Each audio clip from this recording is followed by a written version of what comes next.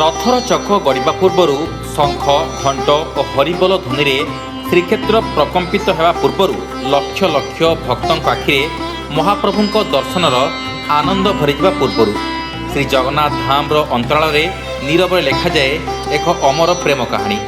ଏହା କୌଣସି ସାଧାରଣ ପ୍ରେମ କାହାଣୀ ନୁହେଁ। ଏହା ସେହି ପ୍ରେମ ଯେଉଁଠି ଅପେକ୍ଷା ଅଛି, ବିରହ ଅଛି, ଅଭିମାନ ଅଛି, ଲୁହ ଅଛି, କିନ୍ତୁ ସବୁଠାରୁ ବଡ଼ କଥା ହେଉଛି ଅଛି ଅତୁଟ ବିଶ୍ୱାସ।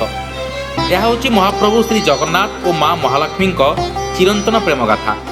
ପ୍ରତିବର୍ଷ ଆଷାଢ଼ ଶୁକ୍ଳ ଦ୍ୱିତୀୟାରେ ମହାପ୍ରଭୁ ଶ୍ରୀ ଜଗନ୍ନାଥ ତାଙ୍କ ବଡ଼ ଭାଇ ବଳଭଦ୍ର ଓ ଭଉଣୀ ସୁଭଦ୍ରାଙ୍କୁ ସାଙ୍ଗରେ ନେଇ ଶ୍ରୀଗୁଣ୍ଡିଚା ଯାତ୍ରାରେ ବାହାରି ଯାଆନ୍ତି। ସାରା ବିଶ୍ୱ ସେହି ଯାତ୍ରାର ମହିମାକୁ ଦେଖେ, କିନ୍ତୁ ସେହି ଭିଡ଼ ଭିତରେ କେହି ଜଣେ ନୀରବରେ ରହିଯାଆନ୍ତି, ମା ମହାଲକ୍ଷ୍ମୀ। ସେ କ୍ରୋଧ କରନ୍ତି ନାହିଁ, ରାଗନ୍ତି ନାହିଁ, ଅଭିଶାପ ଦିଅନ୍ତି ନାହିଁ, କେବଳ ଅପେକ୍ଷା ହିଁ କରନ୍ତି। ଦିନ ଗଡ଼ିଯାଏ, ମନ୍ଦିରର ପ୍ରତ୍ୟେକ ପଥର, ପ୍ରତ୍ୟେକ ଦୀପ, ପ୍ରତ୍ୟେକ ଘଣ୍ଟଧ୍ୱନି ଯେପରି ମହାପ୍ରଭୁଙ୍କ ଅନୁପସ୍ଥିତିକୁ ଅନୁଭବ କରେ।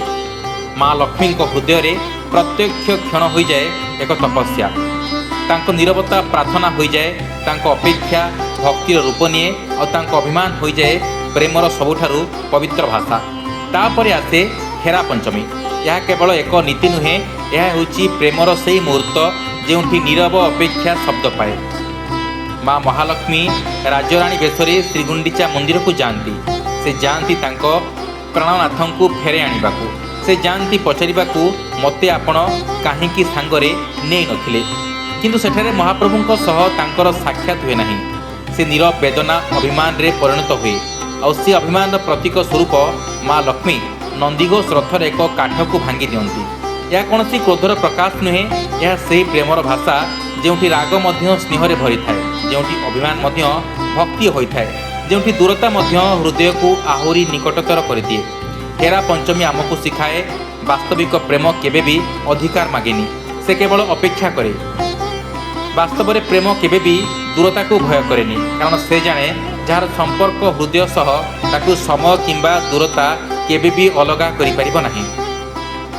ଏ ପବିତ୍ର ଲୀଳା ଆମକୁ ଆଉ ଏକ ଶିକ୍ଷା ଦିଏ, ଭଗବାନଙ୍କ ସହ ସମ୍ପର୍କ କେବଳ ପୂଜା କିମ୍ବା ମନ୍ତ୍ର ଭିତରେ ସୀମିତ ନୁହେଁ।